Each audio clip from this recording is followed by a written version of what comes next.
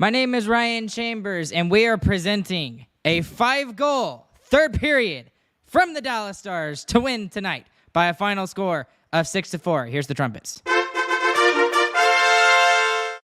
Trumpets had to be introduced into this, guys. Welcome to Sarcastic Remarks. Once again, my name is Ryan Chambers alongside James and Chris, although they didn't fix their name tag on the video. Whatever, they'll fix it later. The Stars win by a final score of 6-4 tonight off of a berserk, one of the absolute most berserk games I've ever seen from any team, any game ever, and they win tonight. Guys, what's y'all's initial thoughts from this game tonight? Because I'm in absolute shock.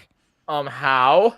They sucked. They were terrible all game long. I mean, pretty much the entire game. And then they're like, hey, let's just score. And then they just scored. So that's the big thing that's changed about this team from last year, is that we can be in a game like that. We played terrible and we're getting blown out, and we can just come back and win. And that's a great thing to have, especially in a league where goals are getting thrown all over the place. So it's good that we have the ability to do what we did tonight. Let's not have to do it again anytime soon, please. I mean, we played half a period and won the game. Yeah. Pretty much. I mean, literally, we scored 5 goals, and I think Brian said 9 minutes and 37 seconds or something like that. Wow. Something stupid, crazy, insane. I absolutely love how they came out in the third period. It was absolutely fantastic the way they came out. It was way better than the second period, especially the second period. They could just get absolutely nothing going at all. What was the difference between the first 40, I guess you could even say the first 40 minutes compared to the third period? What's the difference? They shot the puck and hit the net. That's the big one. I mean, the first 2 periods, the first 10 minutes of the game, I don't think we had a shot, and we had 3 scoring chances. And they just, none of them hit the net. So that's the first one. And other than that, we just forechecked and held onto the puck better. And I think that also has to do with the Hawks backing off a little bit some too. I mean, the shots on goal, we almost doubled our shots on goal in the third period than our own in the entire rest of the game. So, hey, y'all should put the mic more in between y'all so we can hear both of you a little easier. I'll get out of the camera. Well, here, we can do this. We can do this. There, everyone can see. There we go. I'll figure stuff out. Okay, I don't have a ton of notes from the first period overall, but other than the fact that the Dallas Stars were pretty much being outplayed by, what did I do? No, we're laughing at our setup. Apologies. James was slowly levitating down. I thought y'all were looking at me like I said something weird, and I was just like, what are they laughing at? No, sorry, you're good. You're great. That was a great transition. Our bad. I'm trying here, okay? I'm trying. All right. Overall, in the first period, it was not a good period. They did not show up in the first 20 minutes at all. It wasn't terrible, but they got outplayed in the first period, and the only reason why it was even 1-0 at the end of the first period was because of Mr. Jason Robertson. And, I mean, he literally did everything himself for the first goal. What did y'all think of the first goal? The guy's nuts. He's the best hockey player in the world, MVP candidate right now. Everyone needs to start talking about it and tweeting about it so that I can get in the minds of all the stupid Toronto writers, please. Yeah. The crazier thing for me is that on both of the last 2 goals he had last game and this game, he was fouled on the play and still scored. Yeah. And you don't think of Robertson as like a muscular power forward guy, and yet he still has done it. Yeah. That's 2 games in a row. That's great. He also ties the franchise record in point streak. Yes. With 13. With that 13. 13. Stupid. Guys, I made this argument on Twitter just a second ago. Is he the best player in the NHL right now? This month, yes. He is this month, yes, and he is the most valuable player in the NHL right now just because of how important he is to the Stars. When he is playing well, like tonight, he keeps us in the game. And I mean, even he wasn't a part of that comeback effort in the third on the score sheet, but he had chances all over the place there and could have easily scored again. And he had multiple chances to score again, and he had 2 goals on the night. Shut up, Chris. He's doing amazing. It's ridiculous how well he's been playing. The guy was a second-round pick. He was a second-round pick, and every single team, went over him. Every single team. And it looks like this guy could very possibly be the next, Jason Robertson for the next, generation of Stars fans coming up here over the course of the next 20 years. This is going to be the guy that everybody aged 15 and under is going to remember for the rest of their lives, just like we remember Mike Modano. And it's just absolutely fantastic to see him and him playing super well. And right now, he's on pace to beat Madonna's record by a wide margin for the best single season for a Star. That's stupid.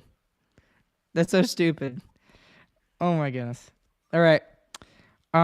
So yeah, any thoughts from the first period other than that, guys? We weren't playing good. And still scored. And we still won the period on the scoreboard. So good. Because first line. Because Jason Roberts. Because Robo. I'm going to agree with you 100%, Chris, with what you said the other night. He's starting to distance himself from his two line mates. I mean, he is the most elite player in the entire NHL right now. He's the most elite player. The craziest thing I saw tonight is that we saw him stick handling a lot tonight, which he never does. I mean, that's not something that he had last year at all. He's just a scoring machine. But he was trying some stuff with the puck tonight. So he's trying to add on to what he already has. And that's what makes you think that he's going to get even better and he's going to stay really good in the league is because he's adding the stick handling, like James said. We heard early in the season he's trying to add that one-timer. So there's things he's improving. We're seeing him improve, and he's already the best player on our team. And I think points-wise, he's the third best in the league. So, well, and how about his defensive play? I mean, he was the reason why the puck got out of the zone at the end of the third period. It was him again. He's doing everything. I mean, you can't ask a player to do more. Yep. I'm just really excited. Sorry. Okay. Anyways, let's get to the boring part of the game, where the Blackhawks of all teams show up the Stars. First, in the second period, it's Seth Jones. He gets his first of the year. He's actually in his first game of the season, and it's from Kanan Johnson. They go up 1-1. It was a beautiful shot. It was a great shot by Seth Jones there, the DFW native. Andreas Anastasiou, former Los Angeles King, he gets the goal from Domi and Jones to put them up 2-1. That's about 13:53 into the second period. And then Connor Murphy gets the third goal here, and it's 16:53 remaining in the period, and that puts up Chicago 3-1. And honestly, guys, I thought, especially on the last two there, the second and the third goal, I thought that was just really, really poor play by the Dallas Stars in general. What did y'all see out of any of those three goals? Yeah, the goal from Anthony was ridiculous. I mean, Heiskanen just let him go around him, and then Miller did nothing. So, terrible defending there. The third one was not great either. I mean, the whole second period was poorly defended all the way around. They had other brilliant chances, and don't forget Otter. He had 4 or 5 stunners tonight, and they still scored 4 goals on us. That's how bad we were playing. And that third goal, I mean, we had 4 players around the puck. There was not a single Blackhawks stick in there, and we knocked it to the Blackhawks stick. I mean, that's how they scored that third goal. We stick checked ourselves and gave it to the other team right in front of our own net. Right. And the third goal is the one that really pissed me off more than anything. And they talked about it in the second intermission. I was listening to the ticket on at that point. I was listening to Owen and Bruce. And it was just a lack of compete on that third goal. There were literally 4 Dallas Stars players in front of that net, and there were 2 Chicago Blackhawks. Should Otter have had that? Yes, okay? But you gotta... No, he should have had that, guys. Don't give me that bull crap. He should have had that. I'll give you that bull crap. 4 guys in front of the net. He's not supposed to get a shot on him. But, yes, that's what I'm getting at. But they had 4 guys in front, and none of them could get the puck out of the way. I don't know if it was a lack of luck there or if it was just lazy. A lack. That's what I thought, and that was going to be my second choice. I think they were just playing bad, and they were getting outcompeted by a team that has less talent and was working harder than them at that point. And on that third goal, they outcompeted themselves. I mean, seriously, they I mean, you just gotta go to one of the two Blackhawks players that was in front of the net and stick lift, and then you got a 2-on-0. I mean, you should clear that puck easy every single time. It's just like Anything else from that second period, guys, before we get to the exciting stuff? It was over. it was bad. It Bad was hockey. over. James, it was over. Okay, so just getting into this next part here, you guys. It's ridiculous. Through the first 10 minutes of the third period, I was like, okay, even if they lose this game, I'm happy with that they came out and they were actually fighting, and they were completely manhandling the Blackhawks in the third period. And I don't know, I think they tried to get the answer out of Radek Faksa. Michelle did in the post-game interview with him. But, I mean, it's got to be somebody had to have stood up, or DeBoer must have been, like, ripping some new ones or something. If you had to take a guess and just speculate here, who do you think was probably the one that stood up, or maybe it was DeBoer that ripped a new one? Who do you think stood up and said, guys, this is ridiculous. We gotta put on a better show than what we've done tonight? I mean, I'll say Jamie Benn. I mean, he's been one of the best captains in Stars history. He's been on a goal tear recently, and then he scored the power play goal to get it going. I mean, he may not have even said it in the locker room, but he definitely showed it on the ice. He was the guy that I noticed first when we were in the third period. Is Jamie Benn was working hard and then ultimately scored the goal to get us going. So Jamie Benn's been fantastic in November and just great overall this year. Yeah, and regardless of what was said in the locker room, honestly, we weren't scoring till Jamie Benn scored the goal. I mean, that was the reality. It didn't matter what was said in the locker room; it didn't work. Yeah. Well, I would like to think I'll give it to DeBoer here, because I don't know. It seems like he's the one that went in there and kind of ripped him a new one, and I am really curious to see who was the one that stood up if it wasn't DeBoer. I mean, maybe Pavelski. I can see Pavelski standing up. He's a former captain with the San Jose Sharks. I'm sure he's more vocal than Jamie Benn. Jamie is more the one that leads by example more than anything. But still, I mean what we saw from them in the third period was way more. And I mean, it was just Robo with a chance, Marchment with a chance, Suter with a chance, Marchment with another chance, Gurionov with a chance, which he was really good in the third period. Yes. In Robo, and I just wrote down, Robo is an absolute superstar. He was an absolute freaking stud. He was taking on, it was 1v3 at points, 1v4 at points, and even in the third period. And it was just absolutely ridiculous. Right after I wrote that, there was another chance for Robo. So that's 5 times I wrote his name down in the first 10 minutes.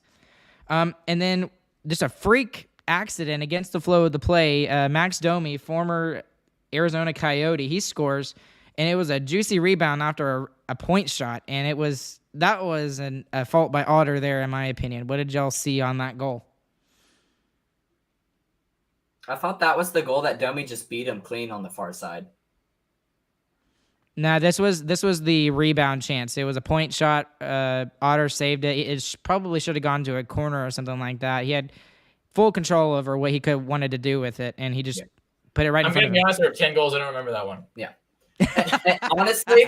honestly, though, with the rebound, I mean, normally we can clear some of the rebounds that Otter gives up. Tonight, we didn't clear any of them. So, no help. Otter really didn't give up that many rebounds tonight. We just didn't clear any of them for him. Absolutely zero. Then, the greatest thing in the entire world happens. We got a call. We got a freaking call, guys, and we're going to talk about that here in a second. Yeah, I was about to say, we haven't talked about that. The Stars go on a power play. Thank you, Max Domi. I guess Max Domi should be the first star of the game tonight, because he takes the tripping penalty, and Ben just... I mean, I don't know if y'all saw the last angle when they were doing the replay after the goal was scored. Vintage Jamie Benn is back.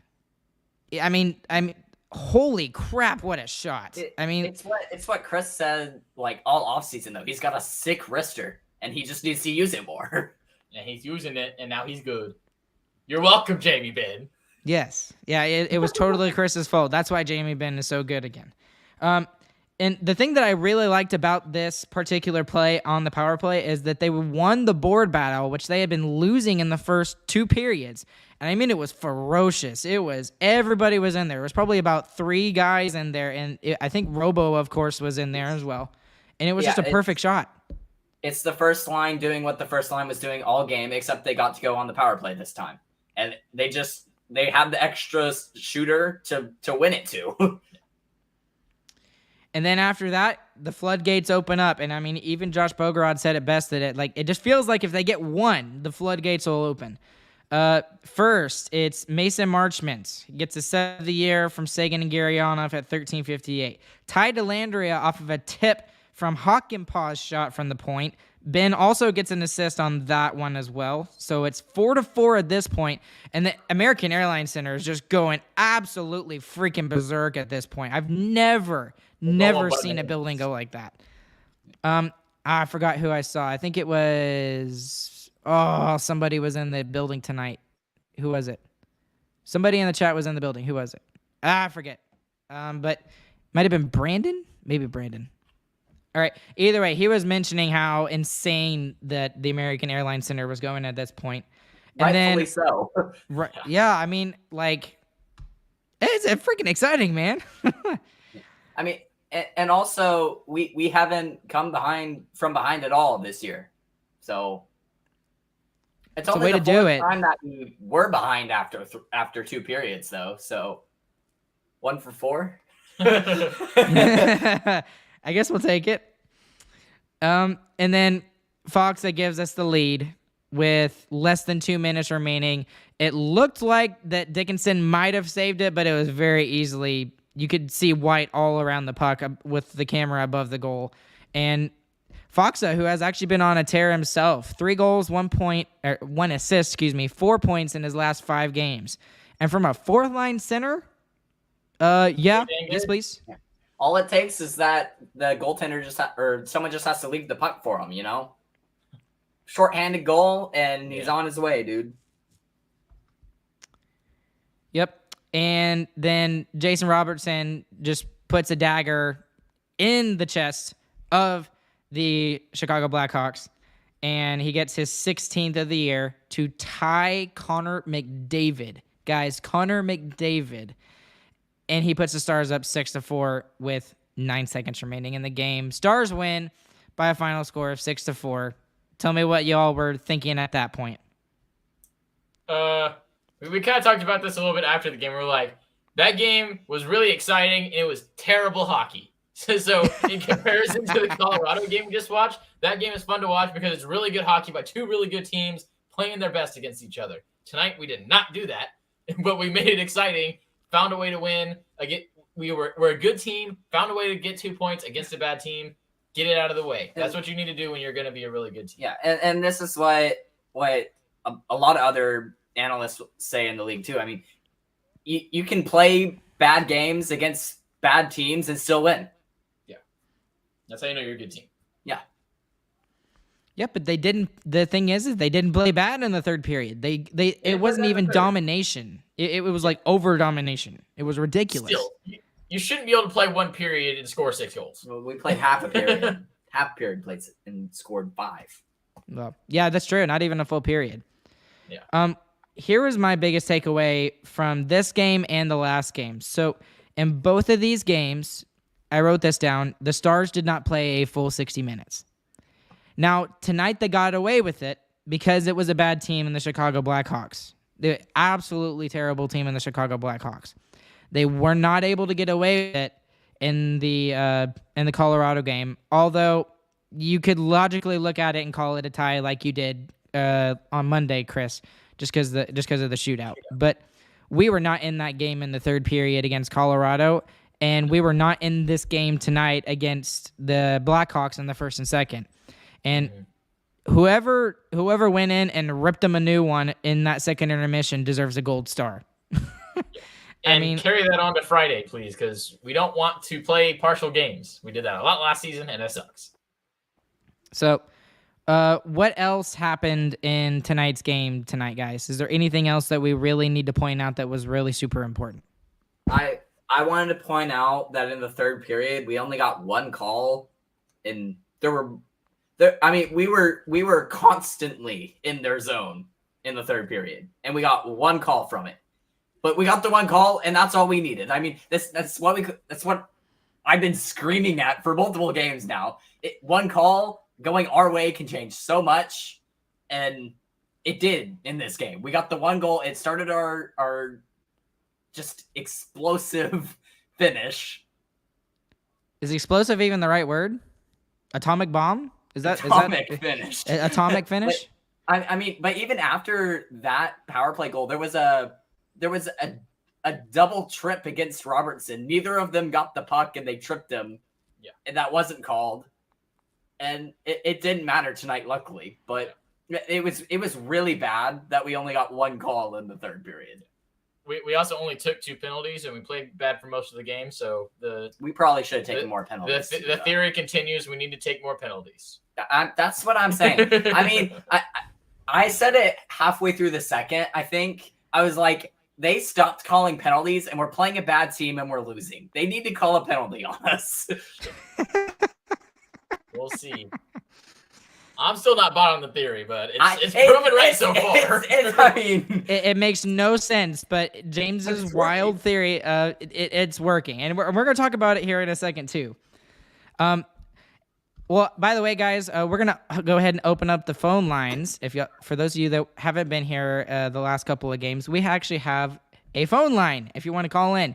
214-586-0102 if you want to call in and let us know your thoughts. We'll take a couple of calls after we do our biggest winner and biggest loser here, and we'll go ahead and start this segment now. So in tonight's game, you guys, and I feel like there's a couple here, really easy. Who do you think is your biggest winner and biggest loser out of tonight's game? I'll go first. My biggest winner is going to be Jamie Benn. He's just had a great November. Not as good as Robertson. Barely. But yeah, barely. So he's been that good, and we haven't noticed it really as much. So what did he end with tonight? So he ended tonight with just the 2 points, the 1 goal, and the 1 assist. And really, he was huge in the comeback tonight. And in all 3 goals, he was a big part of them. So huge by Jamie Benn. My biggest winner I'm going to give to Robo because he tied the record, the franchise point streak. That's really cool to see. That's cool. Well, if it had to be for me, I'd probably give it to Foxa, just because Foxa has been absolutely excellent recently. And he's got, I think, 3 goals, 1 assist, 4 points in 5 games. I think I already said that, but just wanted to reiterate that.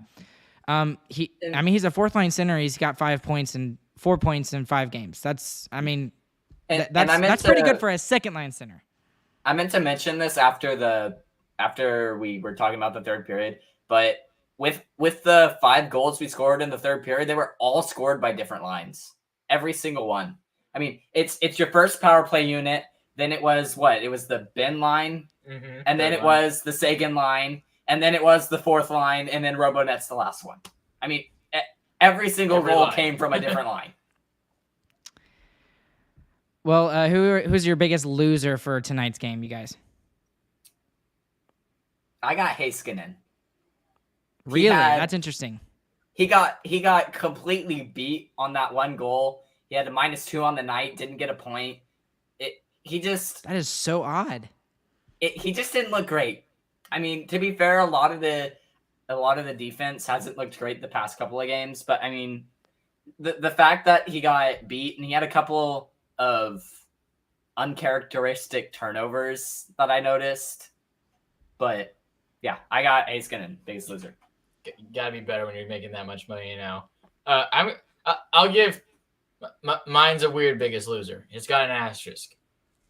How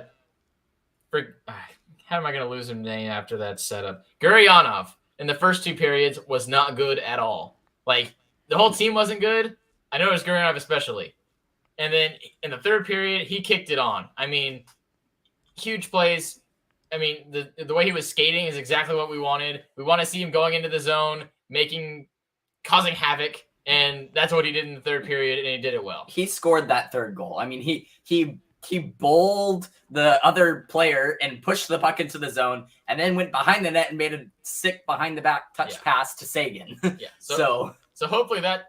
I mean, we know he's come back from injury just now, but hopefully that turns around to season 2, and he keeps doing that. Yeah, I got to stand up for him there because he is injured right now. So I would say he's still nursing an injury. So, but hopefully that will continue for Gurianov there. For me, I got to give it, and I'm probably going to get a lot of vitriol hatred from a lot of Stars fans, but it's Jake Ottinger for me tonight. Ryan, you are the stupidest person on the planet. Terrible. Stop picking goaltenders for biggest winner and loser. You're bad at it. Terrible. Go watch the second period again. I'm sorry, guys. He didn't look as good as he's been. No, you're wrong. Look at how many shots on net. You're just wrong. No, there were some positional things, and he didn't have a very good game up to that point. I apologize for everyone listening. See, Drew agrees with me. Shut up, both of y'all. Y'all both shut up. Okay. I always get ganged up here just because y'all. James was so aggressive. I need to defend Ryan a little bit. Ottinger ends the night with an 871. Definitely not up to spec for him. We didn't clear any rebounds tonight. He won without a defense. I'm absolutely not saying that it was 100% his fault, but he did not have a good game. Yeah. And I was going to sucked and all our defense sucked. And then everyone just decided to play the last 10 minutes. It was a miracle that this game was even 4-1 to begin with. James is so mad. I am mad at you. Stop James picking is ranting. goaltenders. Every time you picked one, it's been an awful decision. I'm sweating. Oh, man. I'm never sweating these. I'm sweating. He's losing it. I'm so sorry, James. I still love you, though. We have to be thankful for each other. Tomorrow's Thanksgiving. Actually, in 38 minutes, it'll be Thanksgiving. I don't wanna. It's not Thursday yet. I got 40 more minutes. All right. Well, we have a caller on the line, you guys. We're going to go ahead and bring him in at this point. I believe it's Ardell. Ardell is here on the phone lines. Ardell, can you hear us? I can hear you, Ryan. I can't hear Chris and James, I don't think so. Chris, James, can y'all hear him? Yeah, we got Ardell. Okay. All right. Well, they can't. He can't hear you, guys. It's all good, bud. It's all good. I just wanted to, obviously a long-time listener, first-time caller. So it's cool you guys are opening the phone line. I first just want to say I love the podcast. I've really enjoyed it. Brooke and Drew and Perkins, and there's so many people. So it's fun to be part of this community and see the same people over and over again. It's kind of cool, you know. And thank you for doing this. I know it probably takes sacrifice and time. Well, we appreciate it. We appreciate it, Ardell. And we know you're a huge Stars fan, too. And we appreciate everything that you do and what you do as being a Stars fan. But what did you think of tonight's game in general? We started out a little listless, a little slow. Didn't like we just weren't playing connected. But I thought, you were talking about Ottinger didn't have a good game, but I really thought the team bailed him out. And as many times as, Ottinger's bailed them out, I thought it was it was just a nice thing for the team to be able to do for him. And as soon as Jamie Benn scored that goal, it really turned the tide. And I thought the Blackhawks looked shook immediately. They don't look like a team that handles adversity well. I don't think they win a lot of games. Yeah, they're only 50% lead through two periods. Yeah, they are only 50% through. That's crazy to think about that. But I also heard Steve Spott on the radio interview pregame. He said Jason Robertson is one of the best players in the world. He has to be at this point. Absolutely has to be at this point. When I first heard it, I thought, man, that's a bold statement. But then you started to look at what he's doing this year. I mean, he's right there with Connor McDavid, so it's really not that bold of a statement. And how old is he? Like 23, maybe? He is 23. So there's a lot to be excited about. But Ryan, before I get off the phone here, I just want to say that we've got to get Chris a Jamie Benn jersey. I don't know if that's Papa Chambers David there in the comments section, but I'll pay 50 on it, Papa Chambers, if you're down. We got to get him to wear one and acknowledge his captain. And I appreciate you guys letting me be on here tonight. Thank you. Yeah, no problem, man. We appreciate you coming on. By the way, though, I love Ardell. Jamie Benn. Hold on. I can't. Okay. Yeah, I call him out in the offseason. Sure, I'll take that. I'll own that. I call him out. But he's been great this season. I'll say that. He's been fantastic. He's been great in November. He has come back from a 3-season slump, and he's been fantastic. I love it. We can't hear you, Ryan. You muted yourself again. That's pretty cool. I'm talking to our next caller, you guys. Give me a break. 2 callers. Goodness, they're excited tonight. Yeah, well, we should be. Okay, but it was 4-1. anyways, I'm just going to go ahead and say it now, Chris. I already bought you a Christmas present. Guess what it is? Is it a Jamie Benn jersey? It's a Jamie Benn jersey. Yes. I've been good. Oh, man. No, it's not the greatest jersey in the world, but it was like $35, and I was like, you know what? I think Ardell said something about it like last game, so I was just like, you know what? Let's just do it. Oh yeah, this is gonna be the best Christmas ever. It's so don't get your hopes up. It's not like a fantastic jersey, but the hopes are over the moon now. If it's not an authentic reverse retro, I'm gonna be disappointed. All right. Well, we got another caller, you guys. So let's go ahead and bring in Zach. Zach, how you doing? Doing good. I like to think that I was a big part of the Stars' big third period. So I just want to claim a little bit of credit there tonight. By the way, everybody who's listening, this is our brother Zach. This is number 2 out of the 7. So, yeah, didn't you say something about like you saw that we were losing 4-1, and then you saw that we scored 2 goals, and then you purposely did not turn on the game? So I was actually watching the game. I was watching the game for the majority of the game. That last goal, we were playing well. It frustrated me. I went ahead and turned it off because I was getting too mad at it. And then the next thing I know, I get a notification on my phone. Oh, it's 3-4. I was like, okay, well, I can't watch him now. And then I don't check the score until I get a little ESPN update, and it's like, yeah, it's the Stars won 6-4 in regulation. I was expecting like maybe an overtime win or something like that, but to win 6-4 in regulation, I don't understand, honestly. I went and watched the highlights afterwards, and it really, I kind of agree. The Jamie Benn goal kind of just sparked everything. And I'm also agree with you, Ryan, on Ottinger this game. I think the main problem was rebound control. He does pretty good usually on taking care of those rebounds. But it kind of felt like tonight they were just bouncing a little bit further than they usually do. Yeah, so while you were talking, Zach, James is over there just still complaining about me and how dare I choose a goaltender. Yes. Well, you do choose goaltenders a lot. Get them off your back. We'll see it. We'll see how it goes. Yes. Thank you, Zach. See, this is why we have callers in, because obviously I am the smart Stars fan here, right? No. I agree. I will say I cannot hear James and Chris on the call. Right. We're still figuring that part out.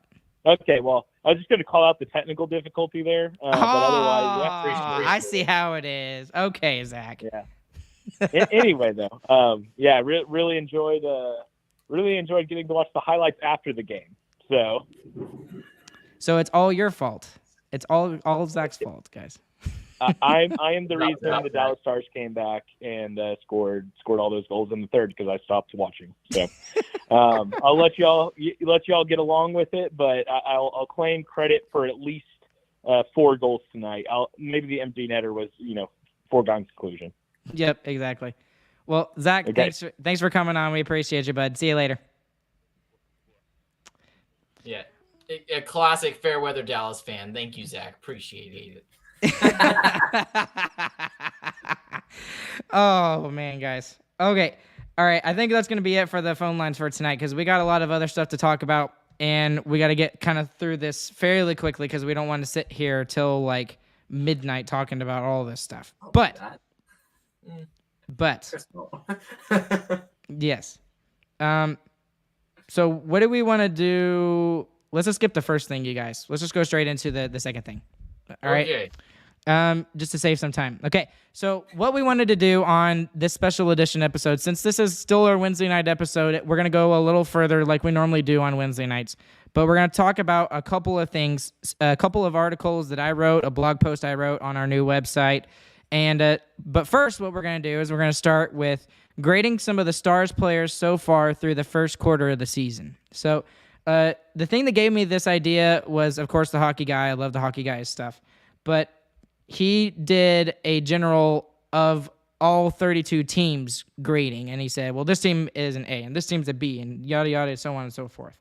So what I thought we could do is we could go through some of the players. We don't have to do them all, but maybe pick some interesting ones and, just kind of debate and decide what grade you would give them over the first 20 games of the season at this point. So let's just start off with the easiest one, obviously. Jason Robertson. What would you grade Jason Robertson out of all of this games? A++++. That's it? S+. He's fantastic. He's way better than he should be. I'll call myself out. We said while he was doing the contract negotiations, we're like, oh, well, he's no Nathan McKinnon or Connor McDavid. He shouldn't be asking for $10 million. He should have been asking for $10 million. He is a regular Connor McDavid. So sit your butt down, Chris. What a great deal that is in the offseason now. Goodness. He is going to make bank next time his contract rolls around. We better pay him recompense for all that he's done. I mean, we were talking in the offseason like, oh, if we could just get the same performance out of him and then get a little bit more out of Ben and Sagan, we're looking good. And he's taken another step in his game even. We weren't even looking at that. Yeah, So that wasn't even an option in our minds. Yep, not even close. We're stupid. And it's less like a step and more like a leap. Like, seriously, he's been that much better. Let's give a little bit lesser obvious one. What about Radek Faksa? Radek Faksa through the first. Don't just include the last 5 games. You got to include the whole first 20 games. I guess 19. However many games we played. 2. 2. If we're doing out of 4. You got a grade. No, you got to give him a grade. A, B, C, Okay, D, didn't or F. understand. It's not you talking about Your text out is of wrong. the last 4 games. What? Whatever. I thought we're doing it on the season. Yes, Yes, we're he doing gets it on the season, but you got to give him a grade. A, B, C, D, or F. I thought we were doing a 1 out of 4. No. He Four thought being your the he best. thought your quarter was 1 through 4. Yeah. Oh. All right, confusion over. Whatever. His grade is a C+. He's done what I thought he would. Other than the last 4 games, he has 1 point. He's a fourth liner. He's okay. Don't care. He's still not that great. He's a fourth liner. He's a The $3 past million few fourth liner. Yes, the past few games is nice. He's been great on the penalty kill, good on faceoffs. He's been a fine fourth liner. Fine, C+. Yeah. I pretty much agree with Chris. Let's go to the give it, rookie. Brian? What do you get? Wait, what do you give him? We have to make all the hard decisions. Well, I'm the host here. I get to decide. Okay, That hardly seems fair. Okay, I'll give him a B-. He fulfills the role that he's asked to play very well, and he's been putting up points as of late. So that's the only thing that gets him the B-. Otherwise, I would agree with you. He gets the C+. Recency bias. Boo. That's fair. It's inside the 20 games. You said over the whole season You and said then quarter. pulled recency bias Recency into this. bias. Don't like that. Okay, let's go to the rookie, Wyatt Johnston. This is kind of an interesting one. Yeah, he started really hot. You had goals in like he had 3 goals in the first 5 games, I think, something like that. That's first 9, I think. But he's really slowed down recently. But he's a really important part to Jamie Benn's recent success too. I mean, is Jamie Benn going to be as good as he is if he's not playing with Dellandrea and Johnston? Maybe not.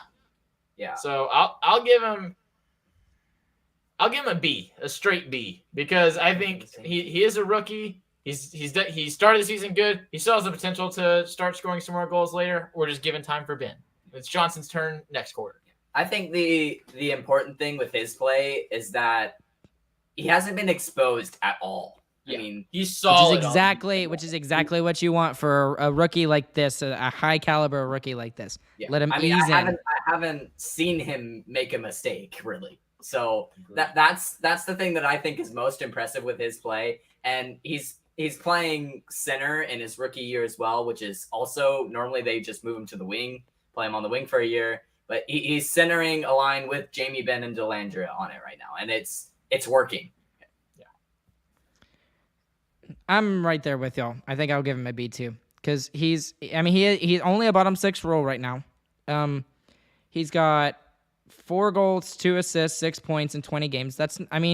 If you're on pace for that, that's 24 points. That's not terrible for a rookie. You probably want more out of Wyatt Johnston than you're getting. But again, you're bringing him on very slowly. I mean, he's not the most he's played, I think, in the last 5 games.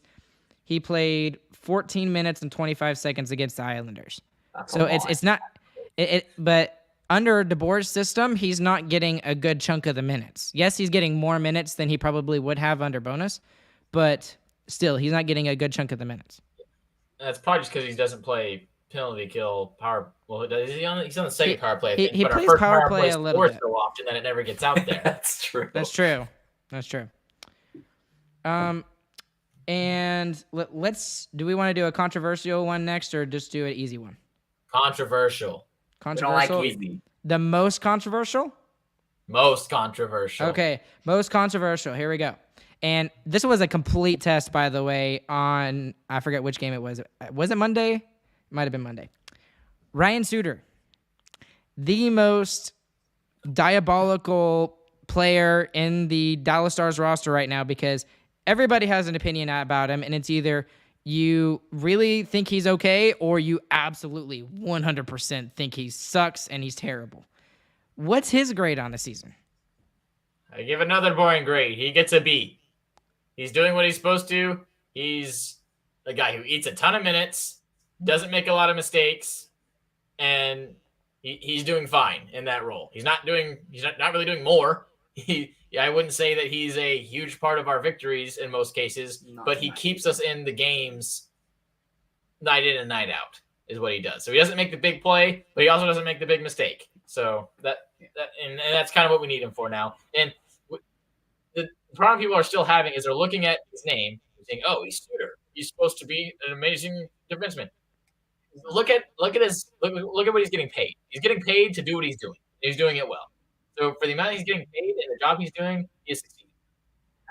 I'm gonna give him a B+ because he really has been really good this year, especially with Heiskanen kind of not really having a partner.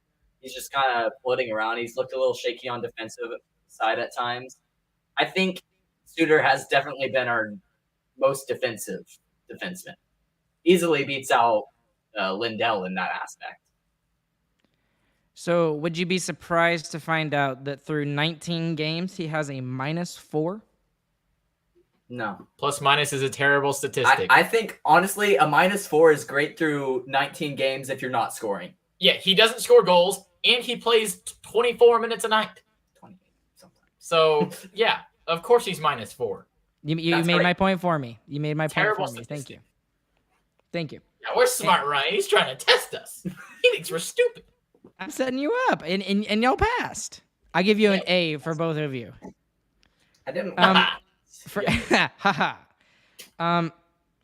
For me, it's the same. It's gonna be a B, just because he's just a minute eater, and especially considering if there's a weakness in the Stars game right now, it's definitely on the blue line, and if we don't have him, I don't think this team is as good, honestly. Agreed. And so, if Suter's not there, who eats up the minutes? I guess Hakanpää? Yeah, I mean, maybe Hakanpää. Maybe Well, him. Lindell is already kind of eating up a lot of minutes right now. Yeah, but he would be doing a lot more. He'd probably be doing 30, and Heiskanen would be doing 30. I mean, we just at this point in the season, I mean, we can't lean on Miller, Hakanpää, or Lundqvist at all, in my opinion. Yeah, they're not doing well. You're 100% right. And it's almost getting to the point to where a lot of people are starting to call for Hanley to come in for somebody, which, I mean, that happened. Miller came out in 2 games ago, and Hanley went in. So yeah, and I think a lot of it does come from none of these players have played a full season except for Hakanpää. I think Hakanpää is the only one who's played the entire season, right?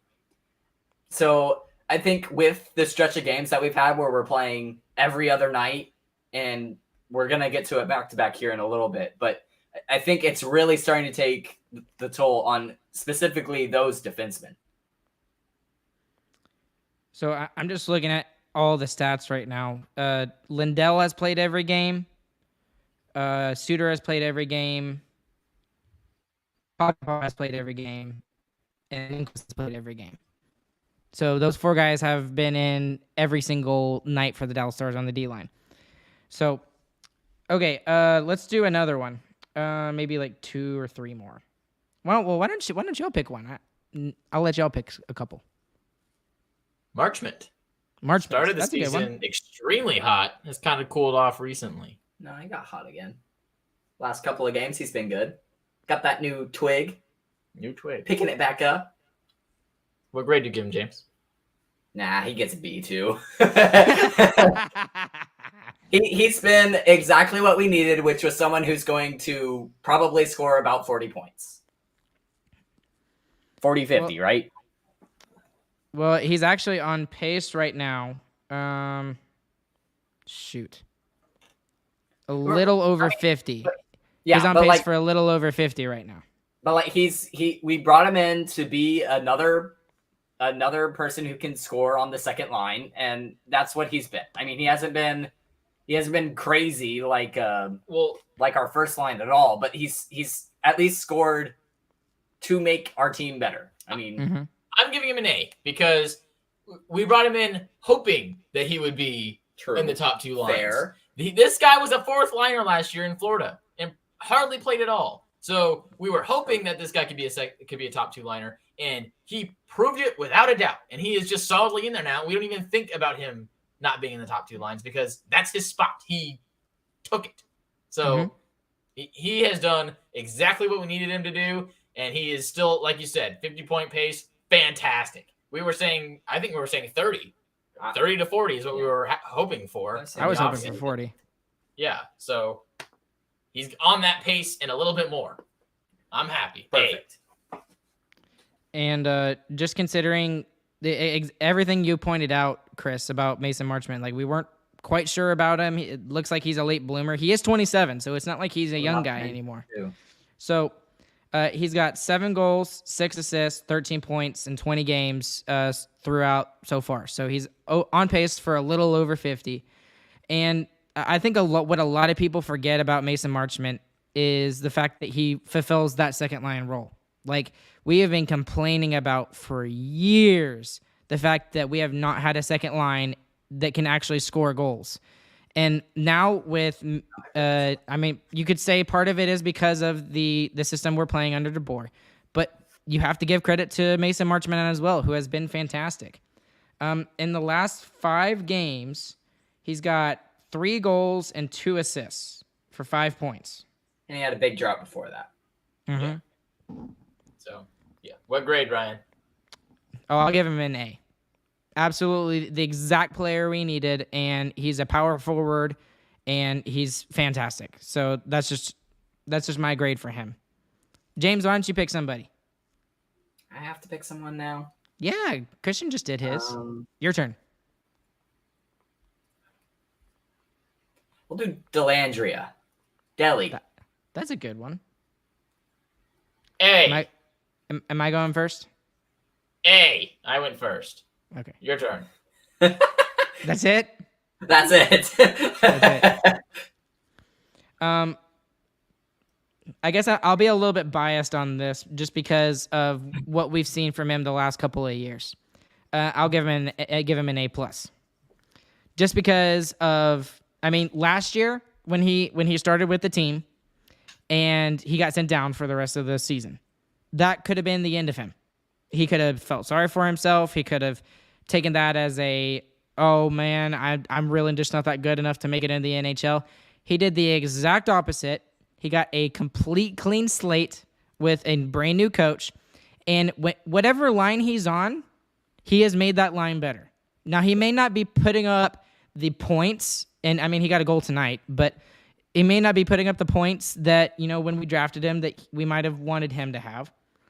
But he is absolutely doing every single thing right. He's blocking shots on the penalty kill, especially. He is like that guy that can every once in a while get you a really big important goal, and he's just an absolute beast on the penalty kill. One of the reasons why the penalty kill is so good is because of Ty Dellandrea. And he's probably the main reason why Jamie Benn has been so fantastic recently. I mean, what started Jamie Benn's November? Dellandrea goes down to the third line to play with them. And now Jamie Benn's fantastic. That's not just a coincidence. That's Dellandrea's doing. He's so hard on the forecheck and just gets Ben the puck, and Ben just sinks it. And I'll actually give him an A as well. But y'all are missing like the most important part of his game, in my opinion, is like the amount of times he's been hit this year, like completely. That's true. And just gotten right back up right after. I mean, even in this game that we just played tonight, he got destroyed, absolutely rocked. And he gets right back up. He's up before the fight even starts. So I think that's the most impressive thing to me. He's not enormous. I mean, he's 6'1" still, but he's not quite to that 200-pound weight. And he just skates around. He messes with everyone. He takes the hits, and he's able to get right back up after. Yeah, it reminds me of like what the Roussel, Garbett, and Eakin line would do. Like they weren't big guys, that line was so much fun. But they would always get the puck and always get scoring chances. And he's doing scoring chances, and Ben's getting the scoring chances. And Ben can finish them. That was the one downfall of the Garbett-Eakin line. Okay, one more. And, I mean, we could go on forever about all of these players. Yeah, right. Jay Gottinger. What's the grade that you give him? S+. He's a Vezina candidate right now. He dropped off a little bit. I'd say the past 5 games since he came back from his injury, he hasn't been playing as well. He's still a top 10 goaltender in the league without a doubt, probably a top 5, and should be in the Vezina conversation. James, what do you think? I'll give him an A+. I think a lot of it is probably because of recency bias as well.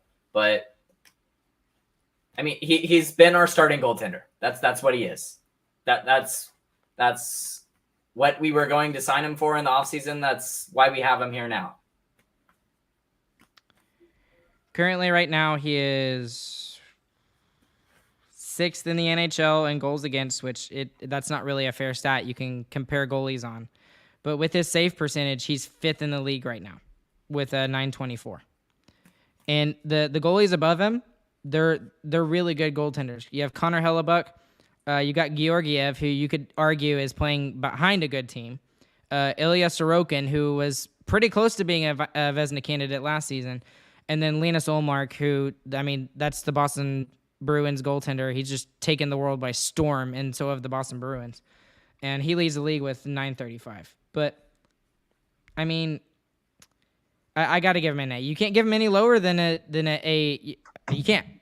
And I would honestly argue that the games he's played bad, I think he's still kind of nursing an injury of some kind. He's just well enough to play, if you ask me, because his play before the injury came out and then after the injury came out, I see 2 different Jake Ottingers, and that's my personal opinion. I think a lot of that is just his confidence. I mean, that kind of gets shaken when you get injured like that. I think he'll just have one game here in the little that's just gonna blow his. I mean that's he's coming off of the Calgary series to start the season, and that was everyone singing his praises and saying he's probably going to be the best goaltender in the league from that one performance. So I'm not too worried about it. I don't know if y'all saw my tweet earlier, but there was a tweet about predicting the 2025 World Cup of Hockey USA team. And Jason Robertson was on the first line, which obviously with tonight's game, he should be there. playing next to Austin Matthews. Holy crap, man. And then Jake Ottinger was the starting goaltender above Thatcher Demko, which I know a lot of people don't think Thatcher Demko is a good goalie, but he's a fantastic goaltender in my opinion. So I think it's really cool that he got that nod there, but it is still early to predict that, but still pretty cool. Okay, let's wrap this up really quick, and we'll talk about this and wrap it up because it's already super late. I don't know if any of y'all saw, but I was really curious because we got into talking about penalties. So talking about penalties, just absolutely ridiculous. It felt like every night that the Stars were not getting the benefit of the doubt when it comes to calls, and they were getting more ticky-tacky calls called against them. Well, that was just a feeling at first, but then I found a statistic when I was doing a research. We were negative 24 net penalties differential. So here's what that means if you don't understand that. That means that the Stars, before tonight's game, took 94 penalties, right? 94 penalties total. And 70 went in their favor where they went on the power play. So there's a 24 differential there, all right? Now, some people may be like, whatever, that's not that big of a deal, okay?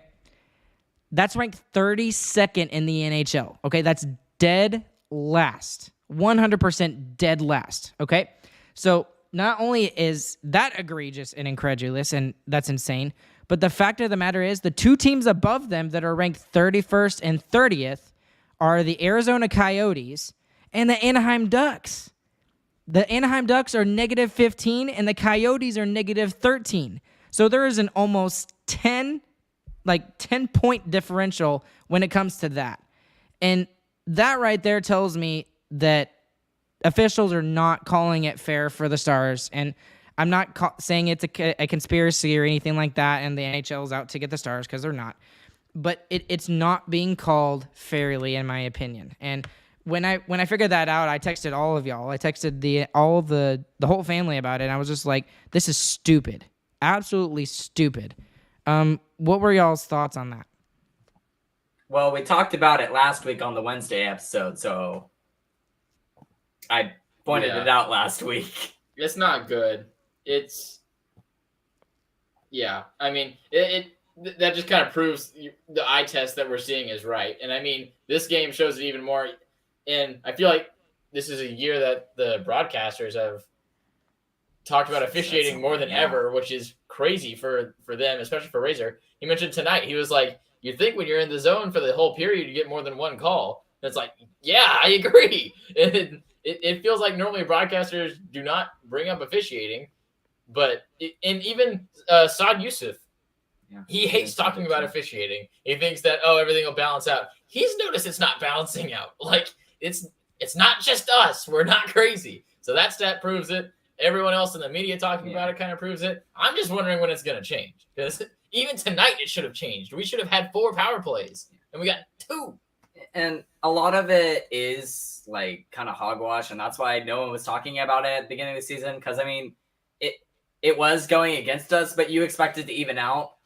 And now that it's not, other people are starting to be like, yeah, there's something going on here. I don't know what it is, but it's whatever. I actually found that stat, and I didn't even realize y'all talked about it last Wednesday. Sorry. But I actually found that stat out because I was doing a different stat lookup thing, and I was looking at Pete DeBoer teams and their records when it comes to penalties, right? And what I expected was not what I found. What I expected was, Pete DeBoer teams to be, top 10 in penalties taken. Because, I mean, it makes sense. I mean, one of the things about style, right? You notice the style. It's very aggressive, and naturally, you're gonna take more penalties. At least that made sense to me.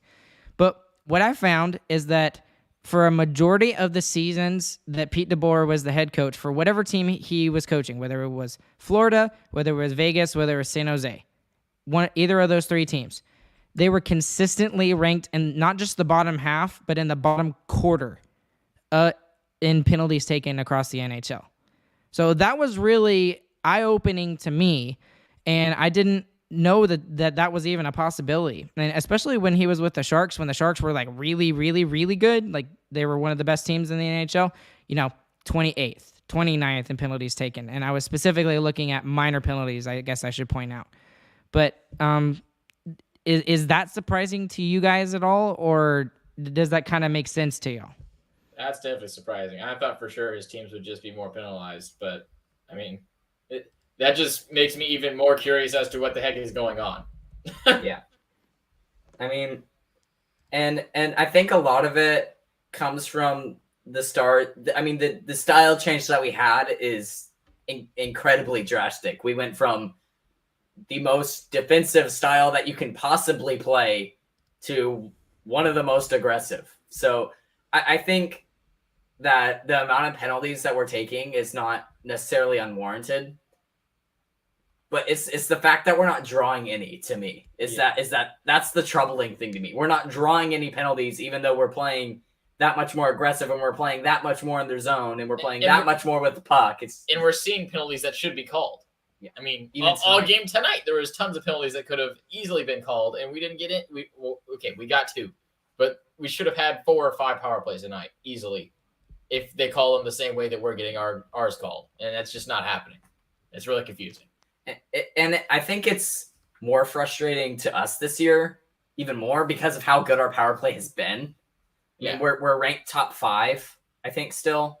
Not positive, but we have one of the best power plays in the league, and we just never get on it. And that's the thing that's the most frustrating about it, is that like our power play can take over a game and it can change the game for us. And it did tonight. And it again, like, yeah, exactly. You were right. You're right, James. The fact that it changes the idea of the game for the Dallas Stars. We're down 4-1. Looks like we're out of the game. We get a power play. Boom, 5 goals. Go. Anything can happen.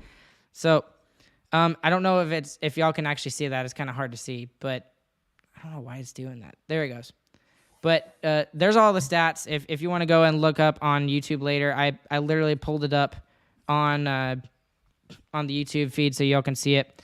But I'll just go through the rank in the NHL just real quick. So this is in order from 2008 to 2009 season from DeBoer, and the rank and how many penalties they took when it comes to minor penalties. So with the Panthers, 28th, 25th, 28th, 3 years. He goes to the Devils in 2011. He goes 25th, 9th. That's the one thing that's different than from most of it. 25th, 15th. Then he goes to San Jose in 2015, 2016. He's 27th, 29th, 29th. You get the idea. So, and then even last year with the Vegas Golden Knights, they were 31st in the NHL when it came to minor penalties taken. So when that came out, I was just very surprised and shocked that those stats didn't back up the logic that was going through my brain. So you can't blame Pete DeBoer about all the penalties that the Stars are taking. That's something that the Stars are doing. Yeah. Sorry, a lot of stats. Yeah, that's a lot of information. There's not much for me to say. I agree. Good number. Yeah. Good numbers. Mean, specifically on the penalties taken, I know it says we're second in the league, but we've played more games, so we're 6th in the league in penalties taken per 60 minutes. But it's still not good. That's probably what I should have looked at. But regardless, it's the only one that matters that you look at. Yeah, that's the only one that matters. And here's the thing: right now they're on pace for 367 minor penalties taken. 367, and if they take that amount, that will be the most amount of minor penalties any Pete DeBoer team has ever taken, like by 30 plus. So. Go figure. I honestly don't care as long as we start getting calls too. Yeah. Our penalty kill has proven to me so far that we are good enough to take double the penalties of the other team and still win the game. The only reason why I even started doing all this research is just because I saw so many people blaming it. Not really blaming is the wrong word, but using the explanation of why the Stars are taking so many penalties on the system of play that Pete DeBoer has implemented, and that's just not the case. I mean, if you look at the way that Pete DeBoer teams have played in the past, that's just not the case. Now, there's a couple of random ones in here where like the Devils were 9th in 2012, but that was about it.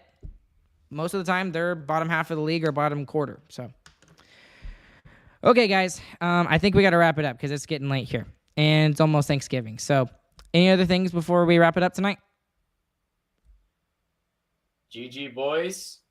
Let's not do that again. Let's just blow them out. Yes, I would be okay with blowing people out. So, from Chris and James, I just want to say happy Thanksgiving to all of you guys out there. Y'all make sure you eat a lot of turkey or whatever you eat, ham. Some people eat ham instead of turkey. But hopefully we'll be watching a Dallas Cowboys win tomorrow. We'll see how that goes. Man, I'm excited for that game. That's going to be awesome. It's going to be a good game. And then Friday, we got a full sports day. U.S. men's national team at 1, followed by a Stars game. Boy, howdy. In the blackout jerseys. It's going to be a great weekend. Yeah, it's going to be so much fun. It's going to be so much fun. There's so many questions I want to ask you guys, but we got to wrap it up. So, anyways, guys, one last thing I want to mention is we just recently released, like I mentioned earlier, our brand new website, sarcasticremarks.com. You can go and check it out. All of our information is there. We just started a blog as well, and that's where I got this information from, and I guess I stole the information from James because he already had it before I even had it. So I mean, it is important again to point out too, though, because in the last 2 or 3 games we got like a -10, so it got worse. It's gotten worse, man, and it even got worse tonight. I guess it evened up, didn't it? It evened up tonight. So okay, so.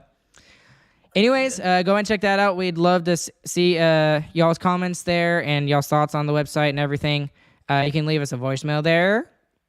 James already did that, actually. He tested it out, and I sent it to him, and he was just like, hey, cool, it worked. You can make your name whatever you want, by the way. Yeah, I think you called it poop fart. He called it poop fart. So I'm sure y'all will get very, very, very creative with the names there. But and as always, guys, we appreciate you guys listening. Thanks to DraftKings Sportsbook for being our sponsor on this episode. And please leave us a 5-star review wherever you listen to your podcasts. Click like and subscribe if you're watching on YouTube or on Twitch. We'd really appreciate that. Go and follow us on all of our social media accounts, along with James and Chris. My name is Ryan. We will catch you guys on the flip side. Have a happy Thanksgiving. Go Cowboys, and we will see you on the flip side. See you guys later.